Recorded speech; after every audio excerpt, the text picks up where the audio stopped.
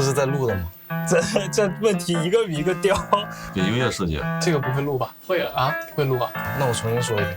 我会让它看起来更加古灵精怪。设计爱丽丝老师做的已经非常好了。开玩笑的。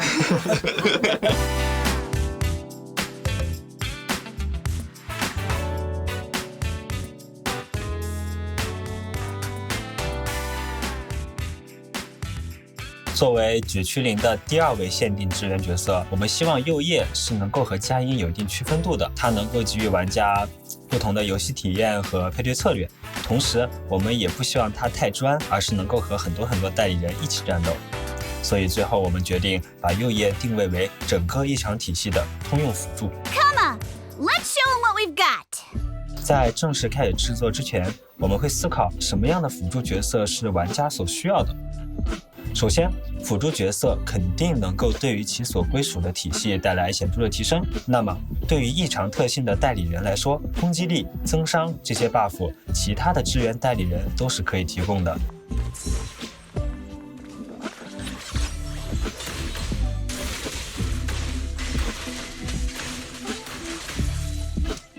但目前却没有任何一个角色能够显著提升整个队伍的异常继续效率，进而提升属性异常的触发频率。那是不是说我们让右叶提供一个全队异常继续效率提升的 buff 就可以了呢？但仔细想一下，这其实是不够的。紊乱是目前异常队伍非常重要的出伤机制，而能够持续触发紊乱的最佳状态，其实是2种不同的属性异常继续效率相同。然而在实战中，我们会发现绝区零的现有角色之间，他们的异常继续速度其实是有一定差异的，在配对中很难达到最佳配平，从而最大化输出。顺着这个思路，我们确认了右叶的核心特性应该是定向提升代理人的异常继续效率。同时，我们一定要把这个机制做得有趣，做得不生硬，能够拓展玩家的策略维度。最后，通过不断的讨论和迭代，我们决定来做染色吧，让我们把选择权交给玩家，让玩家自由地决定在什么样的战斗情况下，让哪一位角色的异常继续效率提升。综合来看，我觉得右叶是一个在策略维度上非常好玩的支援代理人，希望神将们在实际配对使用它的时候，也可以感受到它机制上的乐趣。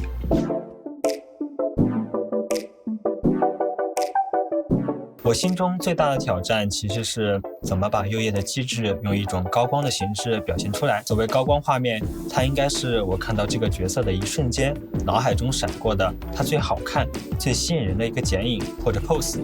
当时我看到右叶的伞上有很多的利刃，于是我就想到把这些利刃能不能穿插到敌人身上，然后通过一个帅气的招式拔出这些刀刃来给敌人留下伤痕，以此来形成强烈的辅助效果。那么我们团队内部给这个机制呈现起名代号为 Scar， 即伤痕。团队其实一直在按照这个制作方向往前推进，但是在测试阶段我们还是遇到了一些困难。基于右叶的设定，我们制作了它从伞中发射出的短刀，它其实更像是狸猫的利爪，或者说是忍者的苦无这种感觉，它不是很长很大的那种尖刺，这就会导致刀刃插在一些非常大体型的敌人身上，效果并不明显。另外，收回短刀的动作表现也没有达到我们最初预想的高光画面。我觉得，如果角色的战斗呈现连制作者本身都不够满意的话，那一定是没有办法打动玩家的。于是我们就调转船头，去想新的设计思路啦。旧的方案被推翻后，我们整个制作团队一直在密切讨论新的想法。虽然时间其实是挺紧张的，但是大家都不肯妥协，一直在搜寻表现效果明显又有角色个性的呈现形式。就在这个时候，原画同学提供了一个灵感，将伤痕和糖果的表现形式相结合。我们一下子就觉得这是我们想要的，因为糖果本身就是右叶常用于恶作剧的道具。能够在战斗中出现糖果的意象不仅可爱，画面效果也明显，能够很好的解决之前的问题。所以我们决定把原来插刀留下伤痕的表现改为让敌人身上炸出糖果来。原画同学十分给力，很快就根据游戏内不同的5种属性画了5套不同的效果。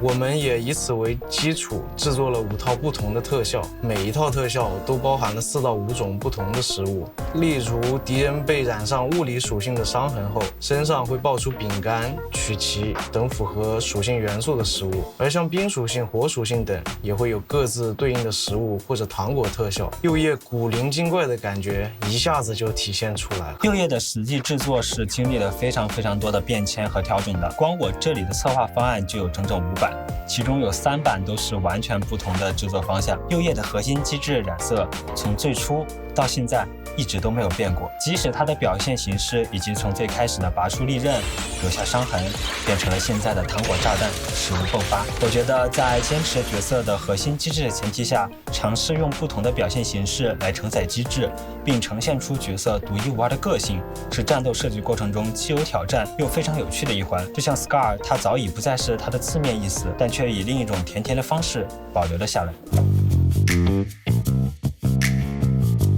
其实并不会的。首先，右叶的动作模组其实并不比我们战场角色的动作要少。比如呢，右叶是我们第一个拥有双支援突击的一个角色，可能现在很多玩家还没有注意到这个小细节，但其实这体现了我们绝区0制作组的一个制作的态度。无论是什么角色，只要能够提升他的战斗爽感，能挖掘他动作潜力的尝试，那我们都会愿意去做。再举个例子，右叶许多招式的镜头是特别定制过的，比如说他的强化特殊技的演出镜头是我们制作团队用了一整个下午很多个小时，一点一点反复复的调整出来的，只为了右叶最终跳起来的时候，跃向玩家的时候，这个画面是可爱的、俏皮的，能让玩家觉得这就是右叶。此外，还有一个小家伙给我们制作过程中带来了很多的困难，那就是右叶的狸猫阿福。右叶和阿福在制作过程中，他们是2个相对独立的模型，并在战斗中呢，他们又存在着招式上的联动。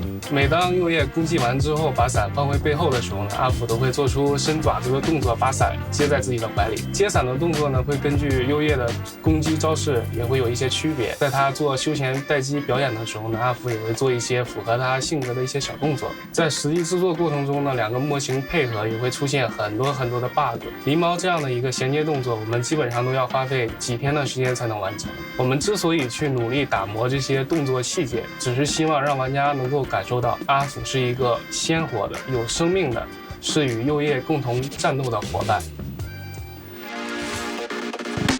Don't get scared now! Fire!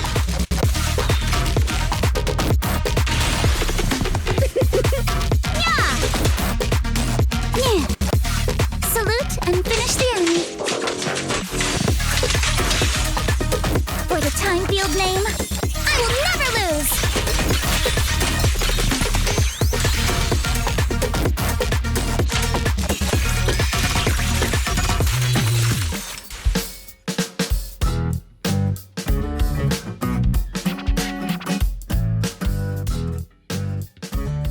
爱丽丝并不是绝区0第一个以物理属性的一场代理人，我们希望能在强化这个角色的战斗爽感的同时，展现她的人设魅力。从角色本身的设定出发，爱丽丝是一个大小姐的形象， Bear witness to the noble principles of the Time Field family. 虽然有时候也会有胆小的一面，但认真起来的时候依然是充满了优雅、严肃、干练的气质。我们想要把这种角色特质在战斗中呈现出来。如果可以用弧线来概括简单战斗动作的话，那么爱丽丝战斗动作的核心概念就是线性穿刺了。为了增强爱丽丝战斗的段落感和节奏感，我们在她的许多招式中加入快速的小单位移和冲刺，同时伴随着更频繁的出招。此外，我们还为爱丽丝设计了一个非常帅气的蓄力攻击招式，来放大爱丽丝的战斗爽感，并作为终结一击。我们希望玩家在操作爱丽丝战斗时，能从她的动作表现上获得视觉和心理上的正反馈，并且觉得她做出的动作是忠于角色人设的。作为一个物理属性角色，我们想把爱丽丝的特效做得干净利落的同时，又可以与角色配合，凸显角色的节奏感和打击感。对于爱丽丝的很多帅气优雅的姿态，我们也会制作相应的残影特效来凸显这些 pose， 也会对一些自建的效果做些夸张化的处理。增强角色的打击感。在爱丽丝发动一些强力的攻击时，会生成剑气和剑光，来强化视觉的表现。同时，特效也是为角色本身而服务的，所以它所表现出来的效果也必须符合角色的设定。打击感是一个综合的表现，它受到很多方面的影响，比如动作的节奏、音效和特效、手柄和屏幕的震动反馈，以及打击命中的定帧等等。对于不同的游戏来说，实现打击感有不同的做法，这和每个游戏要表达的感受是相符合的。而对于爱丽丝来说，我们觉得它带给玩家的战斗体验是干净利落的。那么营造这种感受的基础就是动作本身。爱丽丝的动作设计是非常有顿挫感，比如有一招是打一拍一拍的攻击，那么它的特效的表达和定帧的大小就会特意的往这个节奏上分配。在这一招的攻击收尾动作时，我们就会给角色大一点的定帧，而在攻击的前段，那这个动作的定帧就会小一点。这里可以给大家简单介绍一些有关打击帧的基础知识。在我们玩绝区0操作代理人打击到敌人的时候，大部分情况下代理人和敌人都会产生一个动画定格，我们称之为定帧。我们给定帧分了很多档，类似2帧、3帧、4帧、5帧，再往上。大部分时候，代理人和敌人定格的帧数会有区别。例如，爱丽丝的连续补钩命中敌人时，敌人的定帧会比爱丽丝的定帧少1帧。这样做的目的是让敌人会比爱丽丝先结束定帧，并早1帧开始动，从而先进入到受经验值的动画中，然后再被下一招打到，再次进入定帧，以此推进，直到连招的结束。这样一来，一方面角色的关键帧 pose 就会在玩家的视觉残留中定格得更久一点，另一方面敌人动得更多一点，可以更多的展示受击的反馈。虽然只是1帧的差距，但这样设置后，整段攻击的节奏是错落有致的，感受上也比较舒服。当然，还有其他影响打击感的元素，比如设计特效。爱丽丝攻击时会有动作和剑光的特效，攻击命中时，角色与特效会同时产生定帧，敌人的动作与他身上绑定的特效也是。但是受击特效是不受定帧影响的，它会创建在攻击命中的点，正常播放，这也是强化打击感反馈的一环。顺带一提，攻击命中的正屏也是不受定帧影响的。作为一个可爱的突袭人，我们在战斗中会去尝试还原一些仿生行为，例如在爱丽丝发动闪避反击时，会有一个兔子蹬鹰的击击动作。此外，大家会发现，当爱丽丝发动了强力招式后，例如3段蓄力攻击，她会随手把剑扔在地上，然后从身后再掏出一把新的剑。其实插在地上的剑是特效，而非独立的模型。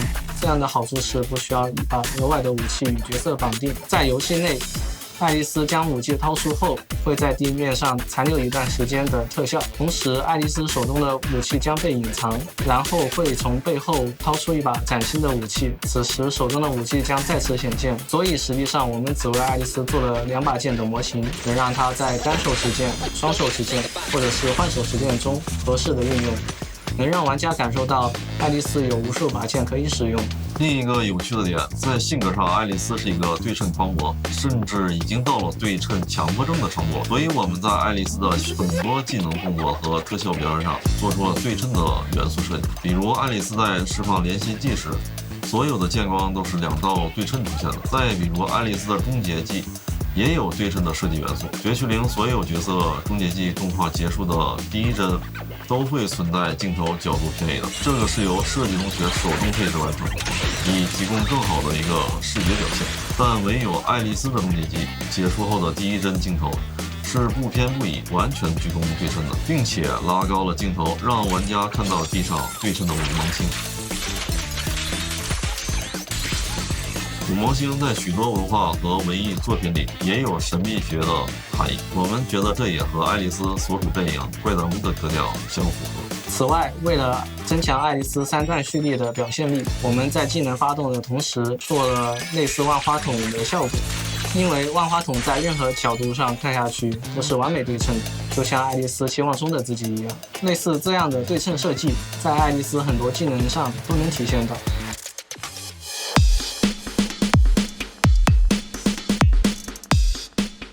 和爱丽丝一样，这位代理人也是使用剑作为自己的武器，但他们的剑有很大的区别，使用起来的战斗风格也大相径庭。可以说，下一位代理人使用的是一把很大很大的剑，有使用者身高的3倍那么长。因为某种原因，这把剑不能解放真正的实力，一旦解放了，它就会变成一件终极大杀器。最终的效果，大家拭目以待吧。天哪，这是我现在可以说的吗？其实下一位角色会是一个非常强力的战场输出的代理人，然后他的拳脚功夫十分了得，而且他虽然平时慈眉善目的，但当他生气起来的时候，就完完全全是另一副面孔了。而且我们也预期说尝试一些比较新的动作上的机制，希望能够点燃玩家们的动作之魂。不过我觉得我对于这个角色要写的策划案应该不会比右叶少，那么大家敬请期待吧。未来的代理人还有些遥远，但是福波右叶和爱丽丝2位代理人很快就要于绝区零 2.1 版本与各位神将们见面了，由衷希望大家可以体验到这2个角色的战斗魅力，也能够玩得开心。我们7月16日新版本见。更喜欢爱丽丝还是右叶？爱丽丝肯定右叶呀。为什么呢？因为我做的呀。我喜欢右叶，我更喜欢爱丽丝。都喜欢。这问题一个比一个刁。为他们的爱丽丝不好看吗？没有啊，右叶是我做的，我当然喜欢。那你觉得右叶的特效好在哪里？这是在录的吗？你在外面的。那你觉得爱丽丝的特效和右叶的特效哪个好？我觉得各有千秋。